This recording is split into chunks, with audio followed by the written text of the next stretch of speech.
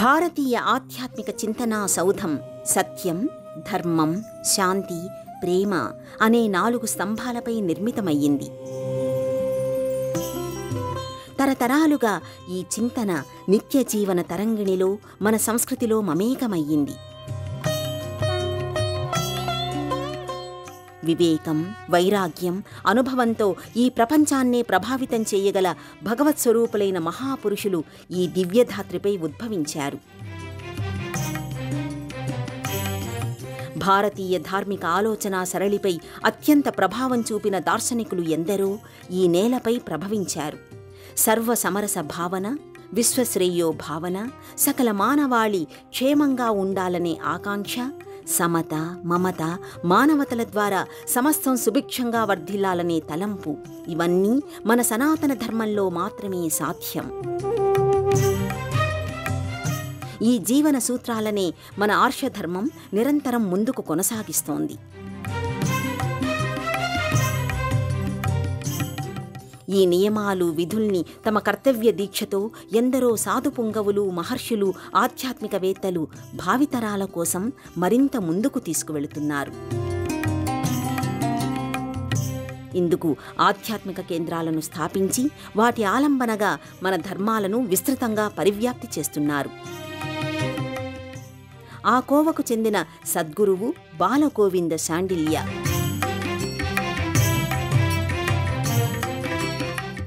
మధ్యప్రదేశ్ రాజధాని భోపాల్లో కరుణాధాం పేరిట ఆయన నెలకొల్పిన ఆశ్రమం దేశ విదేశాల్లోని భక్తుల్ని, శిష్యుల్ని ఆకర్షిస్తోంది. 40 సంవత్సరాల క్రిందట ఆరంభమైన ఆశ్రమం భిన్న కోణాల్లో, విభిన్న రీతులలో ఆధ్యాత్మిక, సేవ, విద్య, వైద్య, ఉపాధి కార్యక్రమాలను నిర్వహిస్తోంది. భోపాల్లోని నెహ్రూనగర్ ప్రాంతంలో కరుణాధాం సువిశాలమైన లోగిలిలో అద్భుతమైన కట్టడాలతో ఆకట్టుకుంటుంది.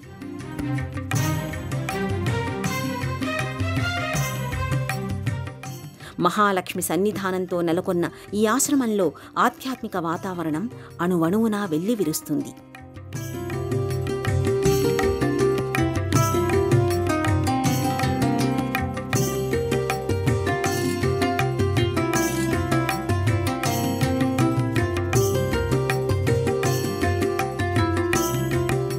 ప్రశాంతమైన పరిసరాలతో అలరారే ఈ ఆశ్రమ ప్రాంగణంలో ప్రత్యేక ఆకర్షణగా మహాలక్ష్మి మందిరం ఆకట్టుకుంటుంది.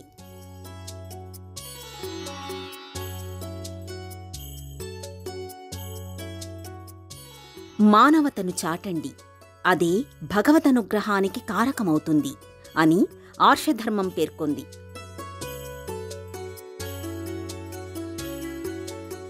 ఆ సూత్రమే కరుణాధాం ఆశ్రమానికి ఆలంబన.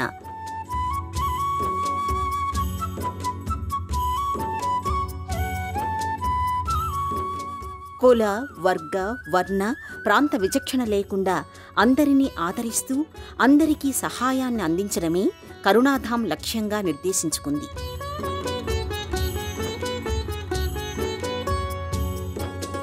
పేరుకు తగిన రీతిలోనే కరుణ, దయ, ఆప్యాయత, ఆదరణల సమ్మిళితంగా ఈ ఆశ్రమ సంవిధానం వెల్లివిరుస్తోంది. 40 ఏళ్లుగా సమాజ సేవతో ఈ ఆశ్రమం కొనసాగుతోంది. స్వచ్ఛంద సేవ ద్వారా సామాజిక అభ్యున్నతి అనే నినాదాన్ని అనుసరిస్తూ అనేక రకాల సేవా సంవిధానాల్ని అనుసరిస్తోంది కరుణాధాం.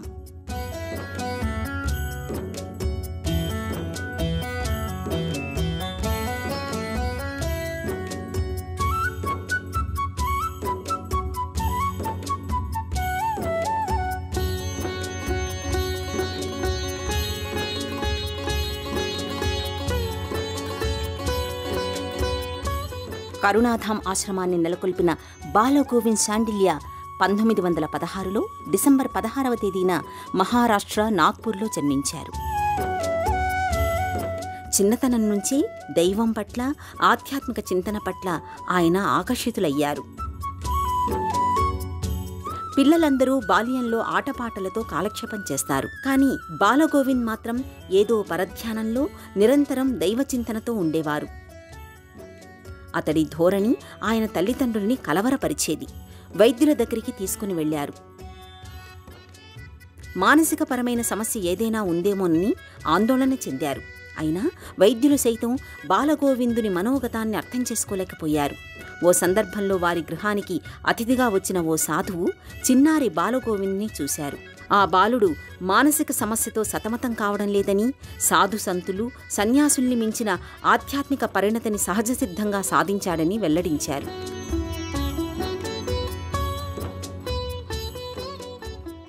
కుటుంబ సభ్యులందరికీ అప్పటికీ ఆ సాధువు మాటలు అర్థం కాలేదు. కానీ ఆ సందర్భంలోనే బాలగోవింద్ శాండిల్యకి తన లక్ష్యం ఏమిటో అర్థమయ్యింది. తన జీవితాన్ని ఆధ్యాత్మిక చింతనకి అంకితం చేయాలని నిశ్చయించుకున్నారు. గృహస్థాశ్రమ ధర్మాన్ని స్వీకరించారు. తన బాధ్యతల్ని కొనసాగిస్తూనే దైవచింతనలో గడిపేవారు. తామరాకు మీద నీటి బొట్టులా ఉంటూ తమ ఆధ్యాత్మిక పరిధిని విస్తృతం చేశారు. భోపాల్లో 1984 సంవత్సరంలో కరుణాధామ్ ఆశ్రమాన్ని స్థాపించారు. परम पूज्य सन 1966 से పరమ పూజ్యులు నిరంతరం దేవీ ఆరాధనలో నిమగ్నమయ్యేవారు. 1985 జూలై 18న బాలగోవింద్ శాండిల్య మహారాజ్ శివైక్యం చెందారు. వారి తర్వాత వారి కుమారుడు సుధీష్ శాండిల్య ఈ ఆశ్రమ నిర్వహణ బాధ్యతలను స్వీకరించారు. మాతా భగవతి అనుగ్రహంతో ఆశ్రమానికి వచ్చేవారు, భక్తులు, ధ్యానం చేసుకునేవారు, నర్మదా పరిక్రమ చేసేవారి సంఖ్య, ఈ ఆశ్రమంలో సేవ చేసేవారి సంఖ్య నిరంతరం పెరుగుతూనే ఉంది. మీరు కరుణధామ ఆశ్రమానికి రండి. మనస్సులోని క్లేశాలన్నీ దూరమవుతాయి. ఈశ్వరుని అనుగ్రహం కలుగుతుంది. శాంతి చేకూరుతుంది. ఖచ్చితంగా మీరు అలౌకిక అనుభూతిని పొందగలుగుతారు. శాంతి కొంటే దొరికేది కాదు, దొంగలిస్తే పోగొట్టుకునేది కాదు, ఒకరిని అడిగి తీసుకునేది కాదు, ఒకరికి వాటాగా ఇచ్చేది కాదు. అది ఇన్బిల్ట్ లాంటిది, మనలోనే ఉంటుంది. దీనికి ఉదాహరణ యాపిల్ విత్తనం నాగపూర్లోనూ, బత్తాయి విత్తనం హిమాచల్ ప్రదేశ్లో నాటడమే. భూమి, మట్టి ఒకటే, కానీ వాతావరణంలో తేడా ఉంది కదా. అందువలన అవి మొలకెత్తవు, ఫలించవు. అలాగే మనకు కూడా ఒక ప్రశాంత అలౌకిక వాతావరణం కావాలి శాంతి పొందడానికి. ఇది ఈశ్వర ఆవాసం లాంటిది. శాంతి, ఆనందం కరుణధామ్ ఆశ్రమంలో ఇవన్నీ దొరుకుతాయి. మీరు పరిపూర్ణ శాంతిని పొందగలుగుతారు. రండి, కరుణధామ్ ఆశ్రమాన్ని సందర్శించండి. అలౌకిక అనుభూతిని, పరిపూర్ణ శాంతిని పొందండి. ఫలీభూత హోతా ఆప్కో స్వయం అనుభూత హోగా. జూలై 18, 1985 నాడు బాలగోవింద్ శాండిల్య మహారాజ్ పరమపదించారు. ఆ తర్వాత ఆయన కుమారుడు సుధేష్ శాండిల్య ఆశ్రమ నిర్వహణ బాధ్యతల్ని స్వీకరించారు. కరుణాధామ్ని స్థాపించే వరకు బాలగోవింద్జీ భక్తులతో మమేకమవుతూ తన ప్రవచనాధారతో, చింతనామృతంతో భక్తుల్ని, శిష్యుల్ని ఉద్ధరించారు. తండ్రికి తగ్గ తనయుడిగా సుధేష్ శాండిల్య కరుణాధామ్ని మరింత విస్తృతం చేశారు.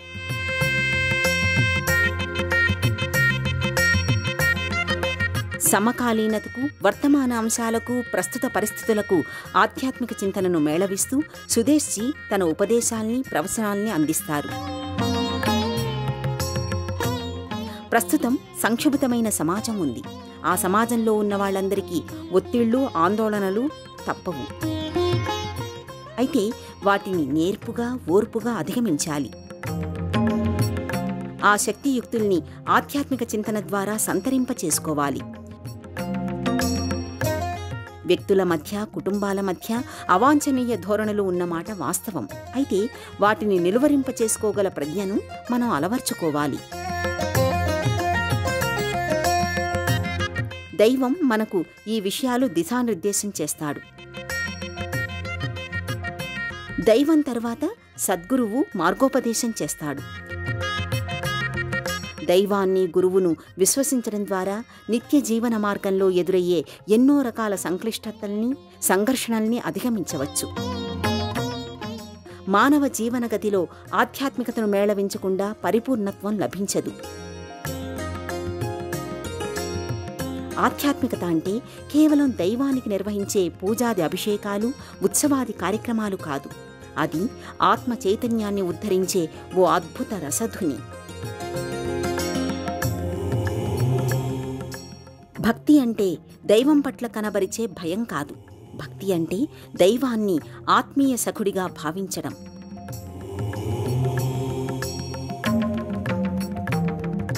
దేవుడు సదా నా వెంట ఉన్నాడనే విశ్వాసాన్ని కనబరచడం. భక్తి మార్గం ద్వారా మనిషి మనీషిగా ఎదగవచ్చు, వ్యక్తి నుంచి దైవశక్తిగా ఎదగవచ్చు అని సందేశాల్ని ఇస్తారు సుదేశ్జీ మహారాజ్.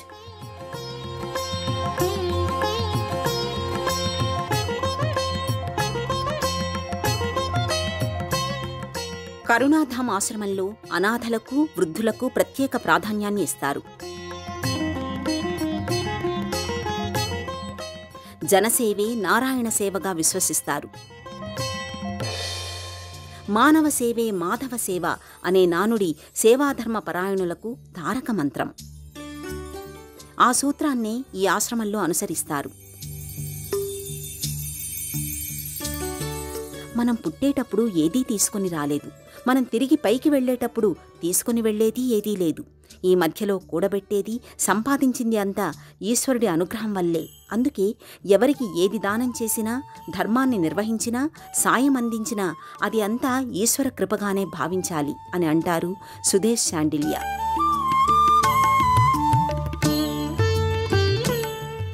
నర్మదా పరిక్రమలో భాగంగా భక్తులకు ఈ ఆశ్రమంలో ప్రత్యేక ఏర్పాట్లు ఉన్నాయి. నర్మదా పరిక్రమ కోసం దేశంలోని వివిధ ప్రాంతాల నుంచి భక్తులు తరలివస్తారు.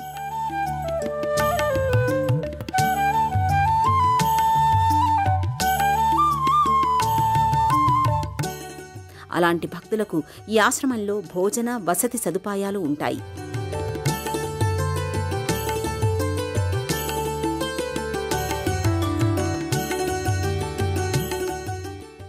మహాలక్ష్మీదేవి ఈ క్షేత్ర పాలకురాలు. ఆమె కరుణతోనే ఇది కరుణాధామమయ్యింది అంటారు శాండిల్య.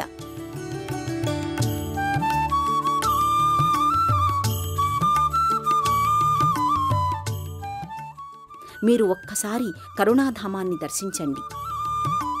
సంసారమంటే ఎన్నో రకాల ఆటుపోట్లు ఉంటాయి, ఒత్తిళ్లు, అలజడులు ఉంటాయి. వాటన్నింటి నుంచి మీరు కాసేపు ఉపశమనం పొందడానికి ఈ ఆశ్రమం మీకు ఉపకరిస్తుంది.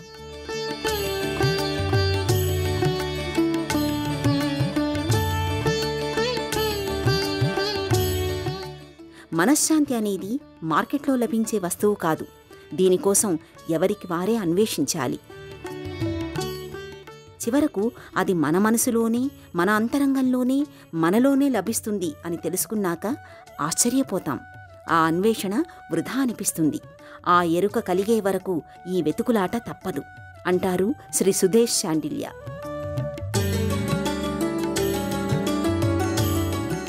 ప్రతి వ్యక్తిలోనూ ఈశ్వర చైతన్యం ఉంటుంది. ప్రతి హృదయము మందిరమే. ఆ మందిరంలో ఉన్న పరమాత్మను ఎవరికి వారు దర్శించాలి. అంతేకాదు, సాటి వ్యక్తిలో దైవత్వాన్ని దర్శించడమే అసలైన మానవత్వం. ప్రత్యక్షంగా భగవంతుడికి ఎన్ని పూజలు చేసినా నిరుపయోగం.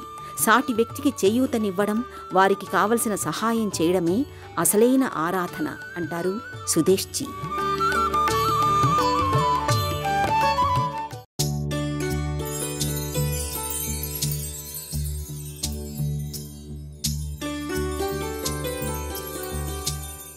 కరుణాధామ్ వ్యవస్థాపకులైన బాల్ గోవింద్ శాండిల్య ఆశ్రమంలో మా ఆదిశక్తి పీఠ్ పేరిట మహాలక్ష్మి మందిరాన్ని నిర్మింపచేశారు.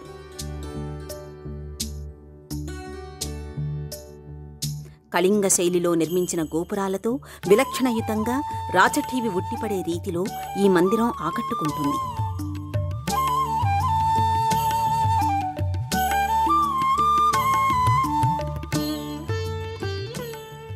కరుణాల కల్పవల్లి అయిన మహాలక్ష్మి కరుణ వల్లే ఆశ్రమం నిత్య నైమిత్తిక వ్యవహారాలు సజావుగా కొనసాగుతున్నాయని సుదేశ్ శాండిల్య విశ్వసిస్తున్నారు. ప్రధాన మందిరంలో మహాలక్ష్మీదేవి పాలరాతి విగ్రహాకృతిలో అభయ వరద ముద్రలతో సర్వాలంకార శోభితంగా మహా సౌందర్య రాశిగా దర్శనమిస్తుంది.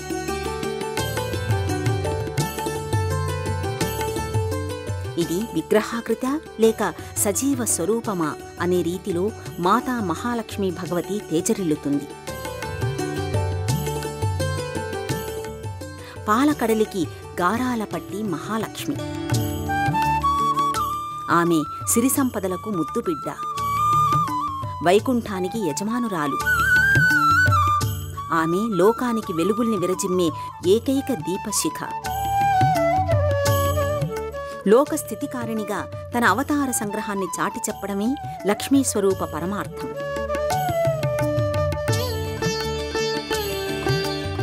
అలాంటి మహాలక్ష్మీదేవి పాలరాతి ప్రధాన మందిరంలో దివ్య తేజోమయిగా గోచరమవుతుంది.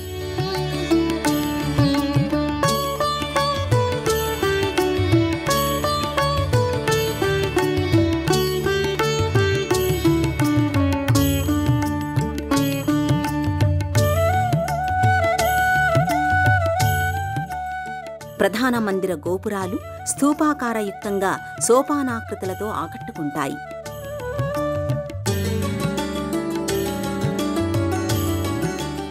చలువరాతి ముఖమంటపంతో ఆహ్లాదకరమైన వాతావరణం నేపథ్యంగా ఈ మందిరం భక్తులకు దివ్యానుభూతిని పంచుతుంది.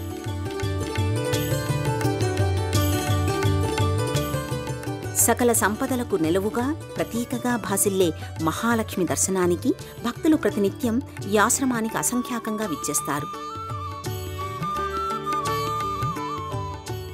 సంపదల తల్లి, ధనధాన్యాదులకు అధినేత్రి అయిన శ్రీ మహాలక్ష్మి దర్శనం సర్వసన్మంగళదాయకంగా, జీవన అభ్యుదయకారకంగా భక్తులు సంభావిస్తారు. అందుకే నిత్యం ఈ ఆశ్రమ మందిరం ఎంతో సందడిగా ఉంటుంది.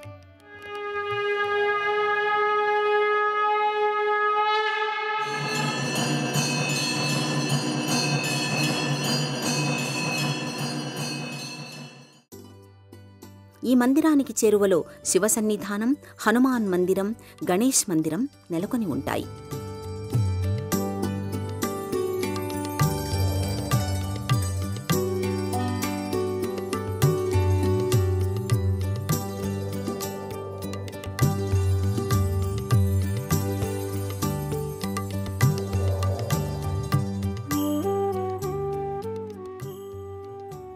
కరుణాధామ్ ఆశ్రమ వ్యవస్థాపకులైన బాలగోవింద శాండిల్య మహారాజ్ పాలరాతి విగ్రహాకృతి, ఆయన ధర్మపత్ని విగ్రహాకృతి ధ్యాన మందిరంలో ప్రత్యేకంగా నెలకొల్పారు.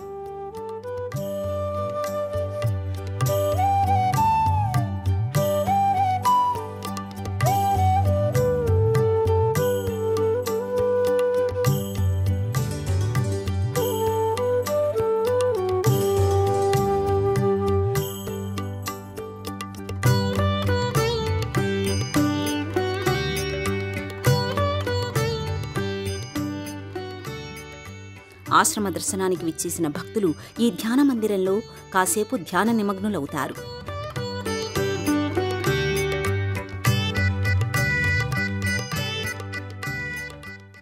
पूरा ध्यान सेवा प्रकल्पों पर लगाया. తన ధ్యానం, లక్ష్యం అంతా శివుని సేవకే లగ్నం చేశారు. ఈ ఆశ్రమంలో ప్రతిరోజు సేవా కార్యక్రమాలు జరుగుతాయి. ఎంతోమంది భక్తులు, సందర్శకులు ప్రతిరోజు ప్రసాదం స్వీకరిస్తారు. భోపాల్లో ఒక పెద్ద విశ్రామ మందిరం నెలకొల్పారు. 100 మంది భక్తులు అక్కడ నివసించవచ్చు, ధ్యానం చేసుకోవచ్చు. అక్కడ ప్రతిరోజు ఉదయం, సాయంత్రం 500 మందికి పైగా భోజన వితరణ జరుగుతుంది. ఈశ్వరుడు అనుగ్రహించినదంతా ఈశ్వర సేవకే వినియోగించాలనేదే ఈ ఆశ్రమ లక్ష్యం. జనసేన, నారాయణ సేవ పేరిట 2 ఆశ్రమాలు ఉన్నాయి. గోసేవ కూడా ఇక్కడ నిర్వహించబడుతుంది. నర్మదా పరిక్రమ కోసం వచ్చే భక్తులు ఇక్కడ ఉండవచ్చు. వారి కోసం ఇక్కడ భోజన వసతి, ఉండడానికి అన్ని వసతులు ఇక్కడ ఏర్పాటు చేయబడ్డాయి. ఈశ్వర, అంతా నీవే అనుగ్రహించావు, నువ్వే చేస్తున్నావు, చేయిస్తున్నావు. మేము కేవలం నిమిత్త మాత్రులం. అంతా నీదే, అంతటా నీవే. మా మనసులో ఎప్పటికీ అహంకారాన్ని, అహంభావాన్ని ఇదంతా మేము చేస్తున్నాము, నేను చేస్తున్నాను అనే భావన ఆవగింజ అంతా కూడా కలగనివ్వు. स्मरण रखते हैं ఇదే మా ప్రార్థన. ताकि हमसे भूल के भी ये भूल ना हो कि हमारे मन में भाव आए कि देने वाले हम हैं. సేవా పరికల్ పేరిట కరుణాధాం ఆధ్యాత్మిక చింతనతో పాటు సమాజ సేవా కార్యక్రమాల్ని విస్తృతంగా నిర్వహిస్తోంది. కరుణాధాం విశ్రాలయ పేరిట వృద్ధాశ్రమాన్ని ఇక్కడ ఏర్పాటు చేశారు. ఎంతోమంది వృద్ధులకు ఇక్కడ ఉచిత భోజన వసతి, వైద్య సదుపాయాల్ని కల్పించారు.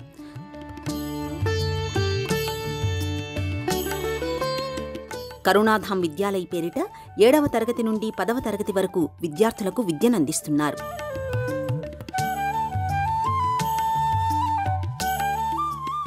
కరుణాధాం ఆరోగ్యాలయ పేరిట పేద రోగులకు ఉచితంగా వైద్య ఆరోగ్య సేవల్ని అందిస్తూ ఔషధాల్ని పంపిణీ చేస్తున్నారు.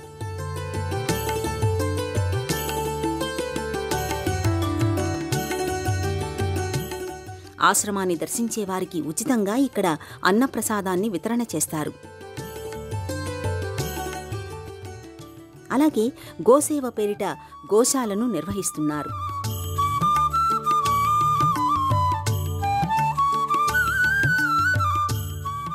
ఇలా బహుముఖీనంగా కరుణాధాం ఆశ్రమ కార్యకలాపాలు కొనసాగుతున్నాయి.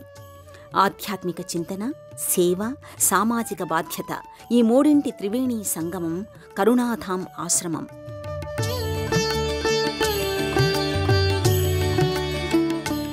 దయగల హృదయమే పరమాత్ముడి కోవెల అనే సూత్రాన్ని అనుసరిస్తూ శక్తిమాత పూజలకే పరిమితం కాకుండా విశ్వశ్రేయోభావాన్ని అనుసరిస్తున్నారు.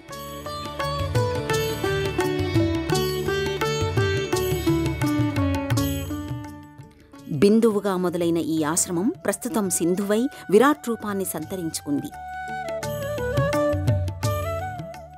ఆశ్రమం, ఆలయం, ఆశ్రయం, ఆరామం అనే రీతిలో ఆశ్రమంలోనే ఎందరికో ఆశ్రయాన్ని కల్పిస్తూ అసలైన దైవారాధన, ఆధ్యాత్మిక చింతనకు ఈ లోగిలి ప్రతిఫలనంగా నిలుస్తోంది. బాలగోవింద్ శాండిల్య బృహత్తర లక్ష్యంతో ఆరంభించిన ఈ ఆశ్రమం అనుకున్న ఆశయాల మేరకు కర్తవ్య దీక్షలో మున్ముందుకు పురోగమిస్తోంది, చైతన్యదాయకంగా అనుగమిస్తోంది.